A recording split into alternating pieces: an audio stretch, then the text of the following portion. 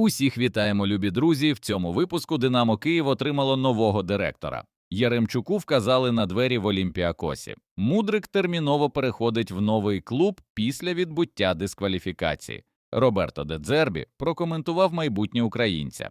Любі друзі, підтримайте україномовний Ютуб вашим лайком цьому відео та поїхали дивитися новий випуск разом. Визначено клуб Ваната на наступний сезон. Український нападник Владислав Ванат успішно повернувся після травми та вже відкрив лік своїм голам у новому сезоні. Форвард оформив дубль у контрольному матчі Жирони проти Кастельйона, який завершився в нічию. За інформацією джерела Ле Іспортія, попри інтерес інших клубів, керівництво Жирони не планує розлучатися з українським форвардом.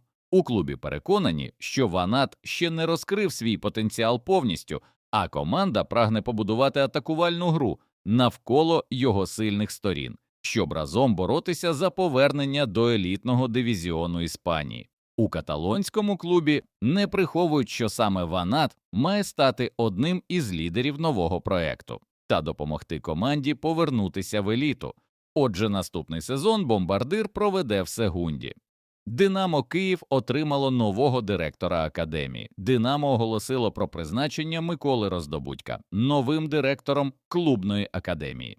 Український фахівець замінив на цій посаді Олександра Іщенка, який залишиться працювати в структурі клубу. Раніше Іщенко розповідав, що буде займатися селекційною роботою у київському клубі. У своїй кар'єрі Роздобудько був спортивним директором одеського «Чорноморця», а також працював у Казахстані. Роман Яремчук не потрібен своєму клубу. Олімпіакос назвав заявку на матчі кваліфікації Ліги чемпіонів. Український нападник Роман Яремчук опинився поза списком. Скоріш за все, це означає, що форвард не потрібен грекам і знову буде вимушений піти в оренду в інший клуб. Нагадаємо, у минулому сезоні Роман зіграв 29 матчів, забив 9 голів та віддав 2 асисти. Другу половину сезону він провів в оренді за Ліон. Його контракт з грецьким грандом розрахований ще на 2 роки. Чесно кажучи, трохи шкода Яремчука. Навіть за європейськими мірками це непоганий нападник середнього рівня, який міг би грати за середню європейську команду з топ-5 ліг. Але так виходить, що, схоже, або агент підбирає не ту команду Роману, або сам Яремчук не може знайти спільної мови з тренерами. Хоча з Фонсекою у нього було все гаразд. І будемо сподіватися, що Ліон все ж таки знайде гроші, щоб викупити нашого голеадора. В іншому випадку Яремчуку треба задуматися над поверненням в УПЛ. А тим часом розпочався новий сезон Української прем'єр-ліги. Поки триває перший тур УПЛ, ми вирішили коротко зробити прогноз на новий сезон Української прем'єр-ліги та виділили топ-6 команд нашого чемпіонату. 6-те місце у нашому рейтингу ми виділили «Динамо Київ». На жаль, київський грант зараз настільки нестабільний, що «Динамо» буде дуже важко конкурувати не тільки за чемпіонство, але і навіть за медалі.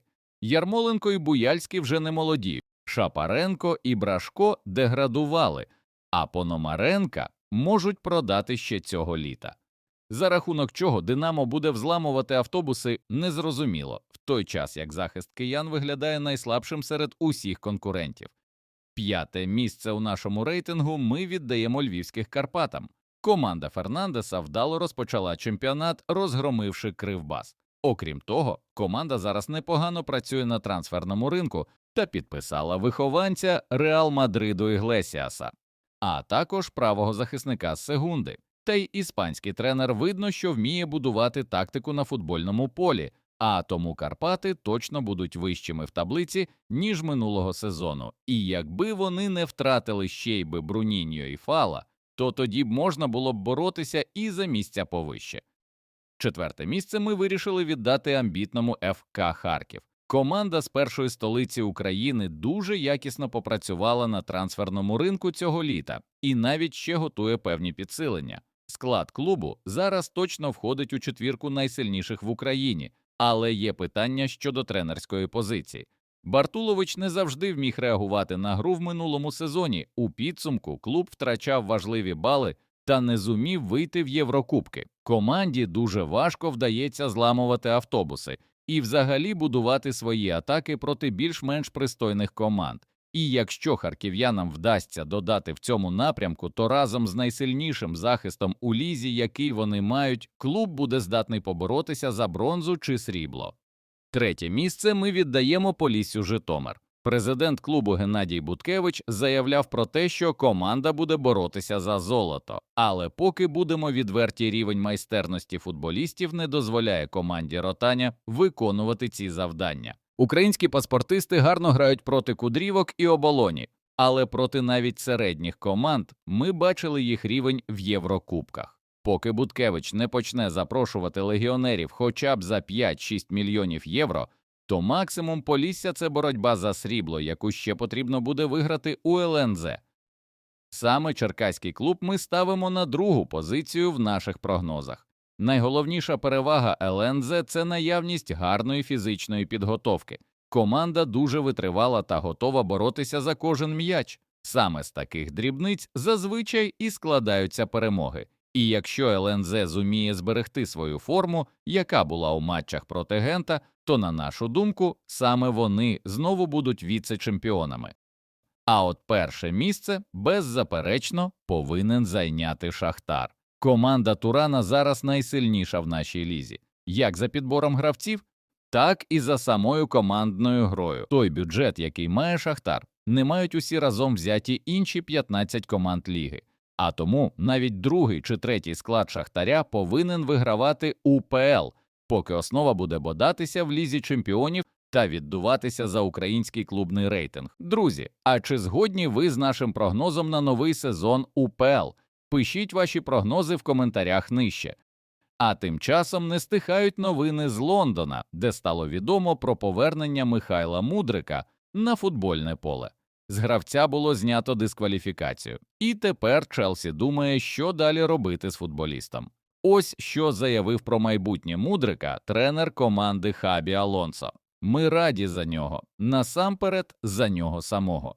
Напевно, ми не можемо повною мірою зрозуміти, через що йому довелося пройти за цей час. Ми хочемо, щоб він був частиною команди. Він має підтримку кожного. Це займе час, але тепер, коли все змінилося, ситуація почне рухатися вперед. Він хоче грати у футбол і бути частиною команди. Я бачив його ще в Шахтарі, бачив, який вплив він мав на гру, наскільки він сильний у ситуаціях 1 в 1. Він здатен сам створювати багато моментів. Це особливий гравець. Але, безумовно, на це знадобиться час, сказав Алонсо. Підтримав Мудрика і його екс-тренер по Шахтарю Роберто Де Дзербі. Цитуємо наставника Тоттенгема. «Він мені як син, він класний хлопець, топ-гравець. Сподіваюся, цього сезону він зможе показати себе після всього, що йому довелося пережити за останні 2 сезони. Можливо, не в матчі проти Тоттенгема, але він справді чудовий хлопець», – сказав Де Дзербі. Друзі, а чи хотіли б ви побачити Мудрика в Тоттенгемі під керівництвом Де Дзербі? Як вам такий трансфер? Пишіть в коментарях нижче. Але, схоже, Мудрик перейде в інший клуб. За інформацією видання The Chelsea, Chronicle, Мудрик уже найближчими днями приєднається до команди Хабі Алонсо під час передсезонного турне. Однак за час його відсутності конкуренція на лівому фланзі атаки суттєво зросла. Саме тому оптимальним варіантом для Мудрика має стати оренда. Головним фаворитом на оренду гравця називають французький Страсбург, з яким Челсі має тісні партнерські зв'язки. У Франції Михайло матиме змогу набратися ігрової практики та повернутися сильнішим в Челсі вже на наступний сезон. А у нас на цьому все. Дякуємо, любі друзі, вам за ефір. Поставте, будь ласка, лайк цьому відео та підпишіться на канал. До нових зустрічей. Бережіть себе та Україну.